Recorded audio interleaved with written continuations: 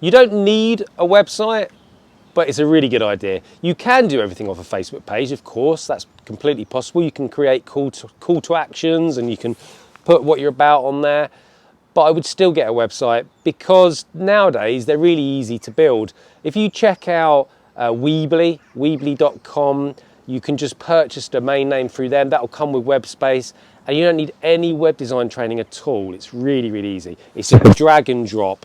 It won't take you too long to put. Just one page would be a great start. A page with a bit about what you do. You know, what is it you promise your clients? You know, a contact form that sends an automation that gets back to them. But a couple of things to bear in mind if you are going to have a website is it's not an online brochure. So back in, God knows when websites came out, I was going to say the 90s, but I have no idea if it's the 90s or not. It could be earlier than that. But when they first came out, everyone just thought, oh, right, it's an online brochure. It's a way of having a brochure, but people can find it online, so it saves you having paper. It's not just about that. Your website is to do a job.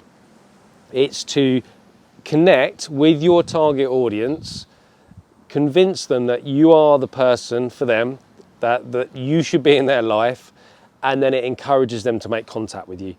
So it's not just a load of information to look very, very pretty. It's something that makes them look at it and go, yep, I want those results. I trust this person is the person that's going to get me those results. How do I get in contact with them? And calls to action, like you want to make sure that they're really prominent and obvious. So top right hand corner is always a good place to say call here, you know, contact me here. At the bottom, think when people read websites, they read from left to right. So when they finish, their eyes are naturally going to be on the right. If you've got a contact form on the right, perfect. If you've got it at the bottom as well, because they've finished what the writing, reading, writing, and then there's the form there. So just think about when you look for a website, where do your eyes naturally end up? And if you've got a few pages, so if they're skimming for a few pages, reading some information, you don't want your customer to have to go, now where was that contact form? Where was that page I started on? It just needs to be on every single page. So think about calls to action being really prominent, and people are lazy. Like even your eyes just looking from there to then looking to there. People don't want to do that. Make it really easy for them. So there's that sort of things that you want to consider. You also want to think about colors as well. So generally websites with white backgrounds tend to get people engage more people.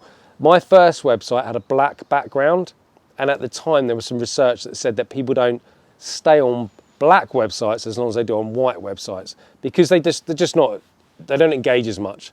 The colors don't stand out. It's just much easier to read black print on white background as opposed to the other way around. So that's something to consider. Images as well. But this sounds really basic, but stuff that I didn't know at first. You want images of your customers enjoying the process or the results that they've had with you. And they don't want to just see pictures of you. You know, that's fine, that's okay, but what they really want to do is see happy customers getting great results.